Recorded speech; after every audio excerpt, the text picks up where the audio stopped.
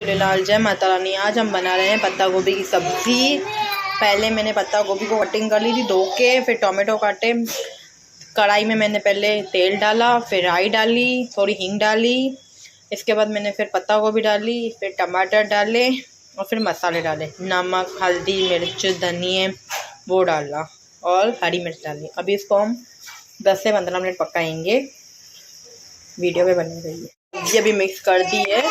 अभी हमको स्लो पे सब्ज़ी को पकाना है और स्लो पे पकाना है हमको सब्ज़ी को 10 से 15 मिनट। फिर हमारी सब्ज़ी तैयार है। मैं आपको बाद में सर्व करके दिखाऊंगी। पर ऐसे ही हमको 10 से 15 मिनट पर हमको इसको सब्ज़ी को घुमाते आना है बीच बीच में, जिसे जल नहीं जाए नीचे से। वीडियो में बने रहिए। देख सकते हो अभी हमारी पत्ता गोभी पक गई है अच्छी तरह। बीच में मैंने 2-3 बार चलाया था गोभी को। अभी हमारी पत्ता गोभी पक गई। अभी मैं आपको सर्व करके दिखाऊंगी। आप देख सकते हैं मैं इसको सर्व कर दी है। अभी हम ये रोटी और चावल के साथ खा सकते हैं।